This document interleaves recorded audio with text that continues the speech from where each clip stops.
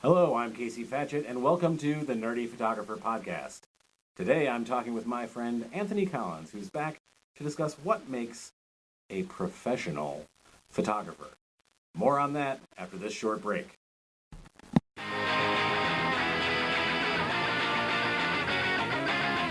Do you need a new contract for your wedding, event, or portrait photography business? Head over to nerdyphotographer.com and check out our shop where we have bundles of contracts for wedding, event, and portrait photography. Make sure that your contract protects you and your client. Head over to nerdyphotographer.com today. Hello and welcome to the Nerdy Photographer Podcast. I'm here again with Anthony Collins. Anthony, you and I have talked about this many times before. We've both been photographers for a long time. You longer than I have. I mean, I'd say I'm about 20 years almost now, and for you, how long has it been? About 20 years. Yeah. And what do you think makes someone a quote-unquote professional photographer?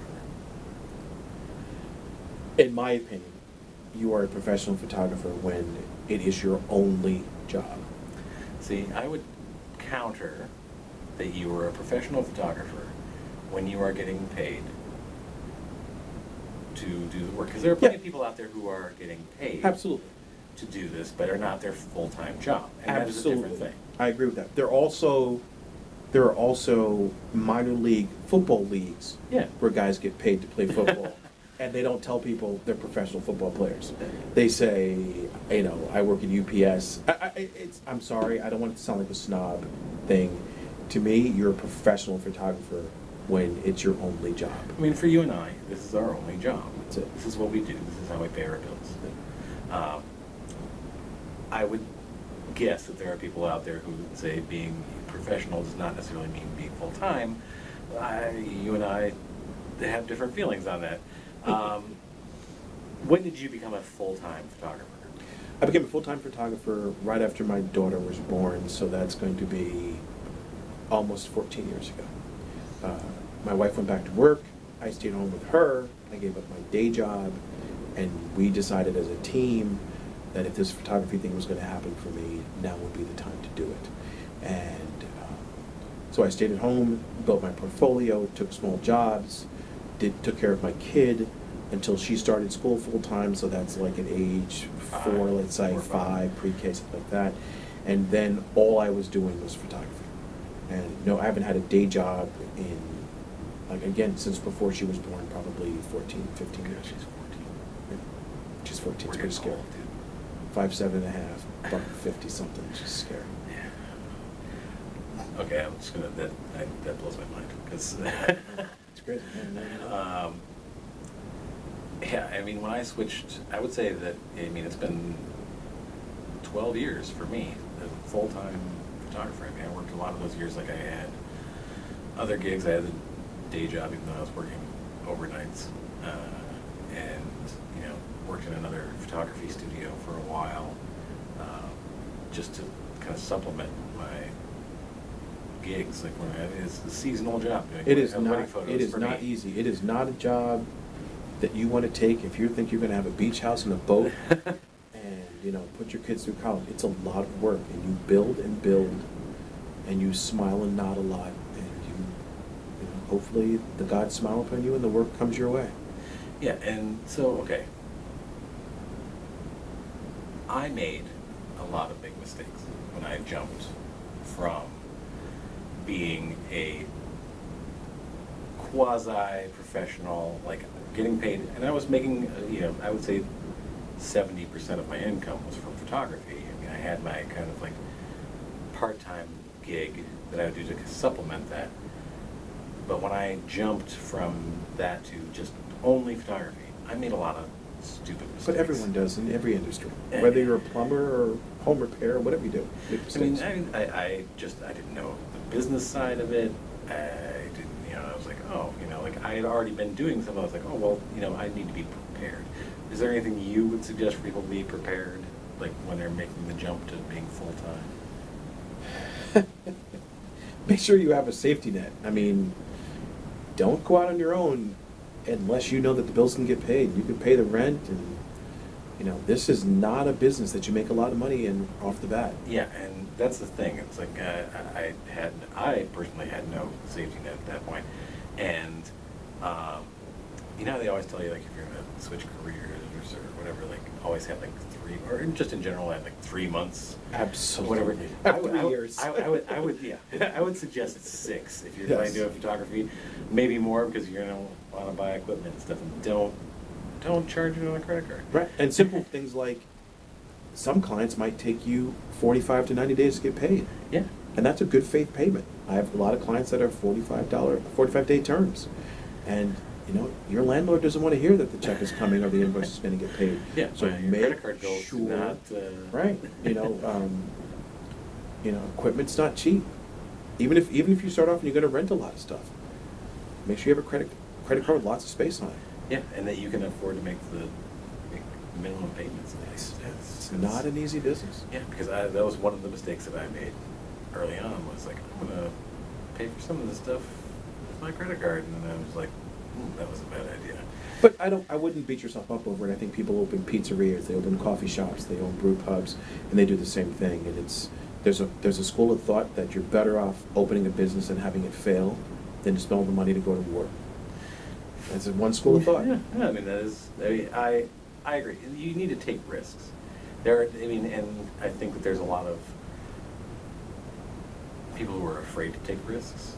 And I'm not saying not to take risks. I'm saying to be prepared for what you're about to do and to manage your own expectations for what this is going to be. It's not an easy gig. This is not like whatever. Like you mostly do commercial photography now. I mostly do weddings. Neither one of those is like an easy row to A hoe. lot of competition. Yeah.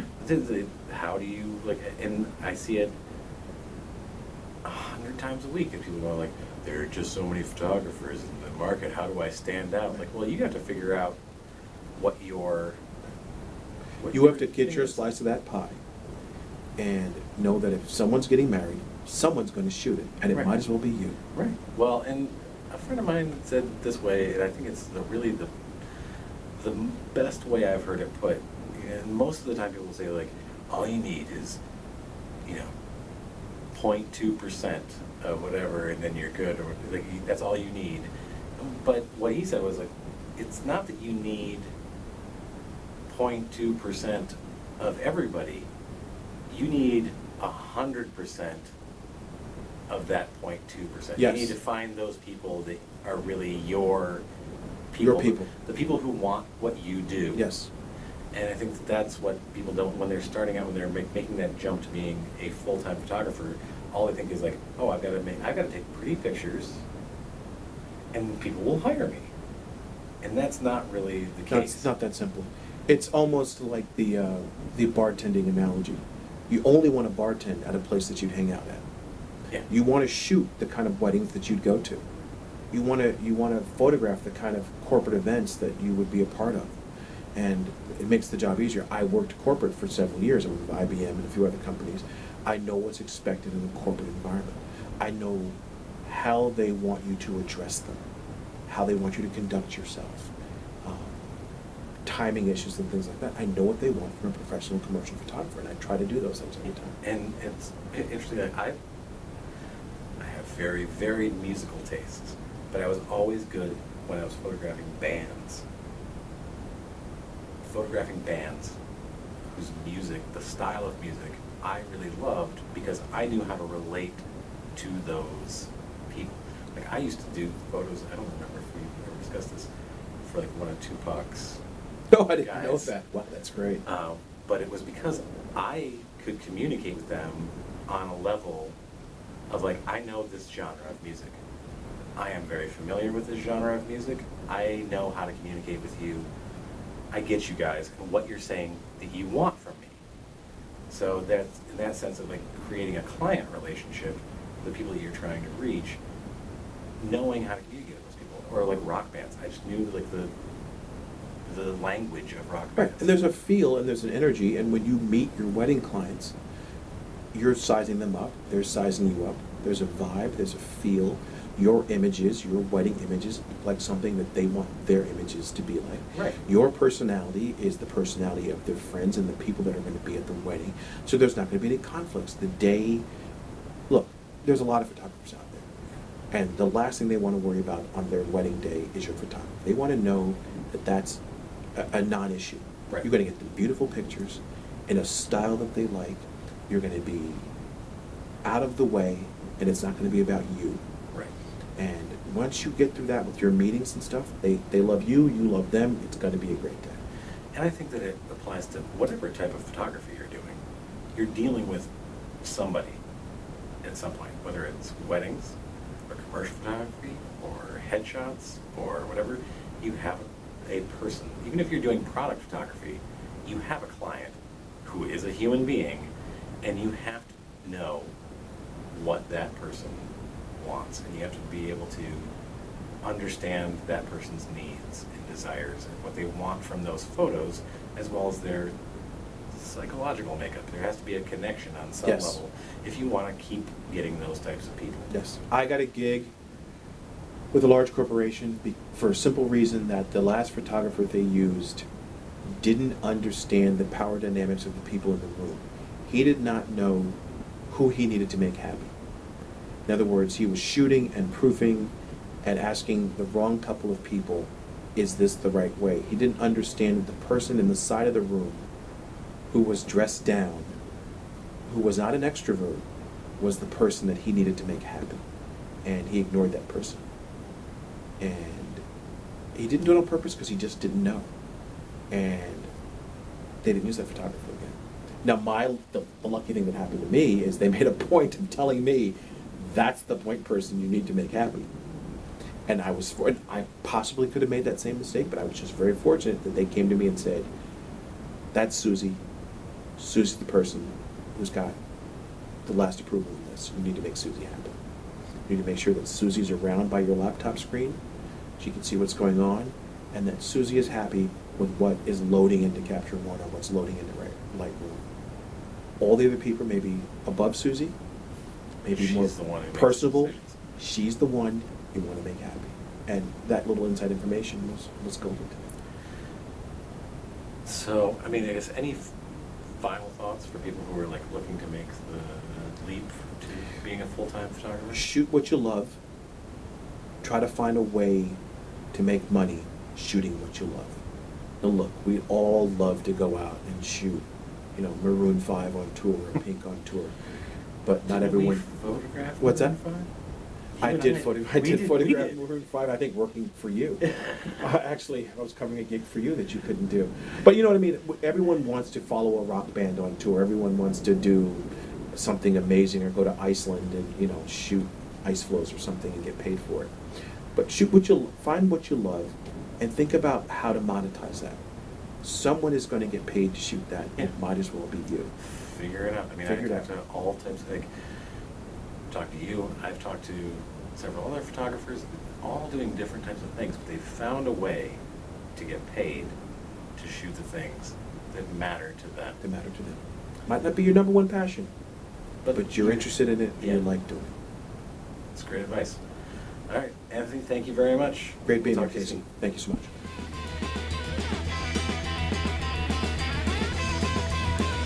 Well, you better start listening, better start listening, better start listening, better start listening, better start listening, better start listening, better start listening, better start listening, better start, better start, better start, better start, you better start, better start, better start, you better start, better start, better start, you better start.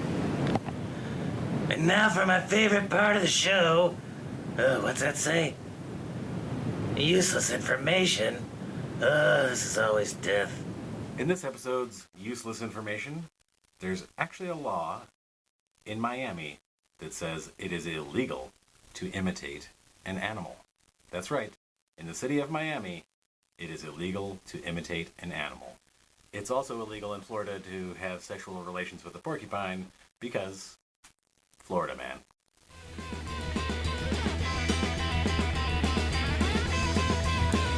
Well, you better start listening, better start listening, better start listening, better start listening, better start listening, better start listening, better start listening, better start listening,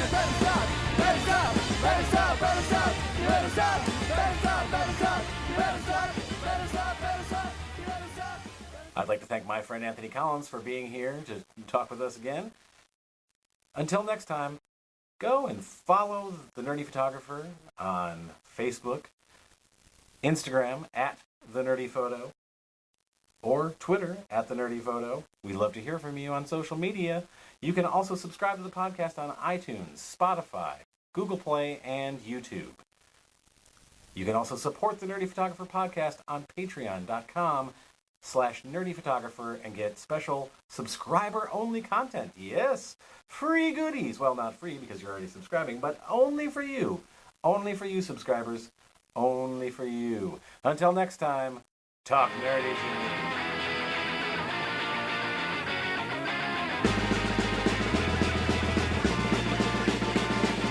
Who's that coming back to town? You better start listening. Who's your heart been beating about? You better listen.